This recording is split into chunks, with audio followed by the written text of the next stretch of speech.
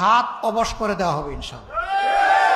আমরা বিনিয়োগকারীদের জন্য এমন পরিবেশ দিব, কোনো জালিম গিয়ে তাদেরকে থ্রেট দেওয়ার সুযোগ পাবে না, গিয়ে চাঁদা চাওয়ার দুঃসাহস দেখাবে না। যদি সে দেখায় তার হাত অবশ করে দেওয়া হবে ইনশাআল্লাহ।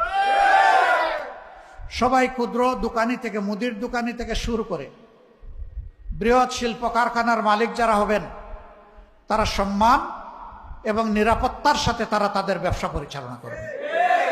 বিদেশিরা যারা এই দেশে বিনিয়োগ করতে আসবে, তাদেরকেও সেই একই সম্মান এবং একই নিরাপত্তা বিধান করা হবে ইনশাআল্লাহ। কারণ এখন বিশ্বে চলতে হলে পরস্পরের সহযোগিতা লাগবেই। আমাদের দেশ ছোট, মানুষ প্রচুর। এই দেশটা উৎপাদনের জন্য খুবই উর্বর একটা জায়গা, উপযুক্ত একটা জায়গা। শুধুমাত্র দুষ্ট রাজনীতির কারণে বিদেশ থেকে মানুষগুলো এখানে এসে বিনিয়োগ করার সাহস পায় না। আমরা এই দুষ্ট রাজনীতির পুরা চরকা ঘুরিয়ে দিতে চাই ইনশাআল্লাহ।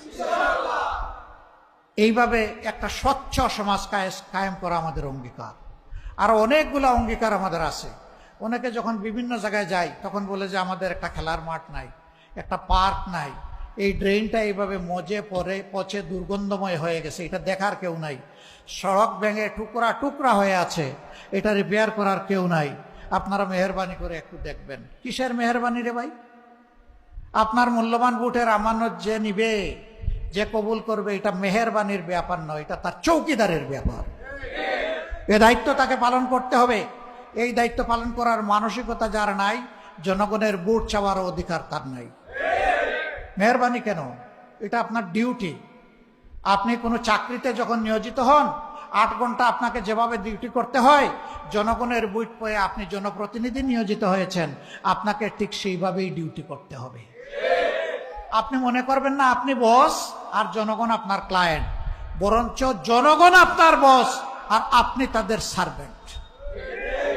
সেইভাবে আপনাকে নিতে হবে। বাংলাদেশ জামাত ইসলামী এমন একটি দেশ, একটি সমাজ চায়। এই সমাজের জন্য আপনারাও কি প্রস্তুত? ইনশাল্লাহটা আরো একটু জোরালো হোক মাশাআল্লাহ। যারা এসেছেন দুর্যোগপূর্ণ আবহাওয়া উপেক্ষা করে, আবহাওয়া অনুকূল থাকলে হয়তো আরো অনেকে আসতেন।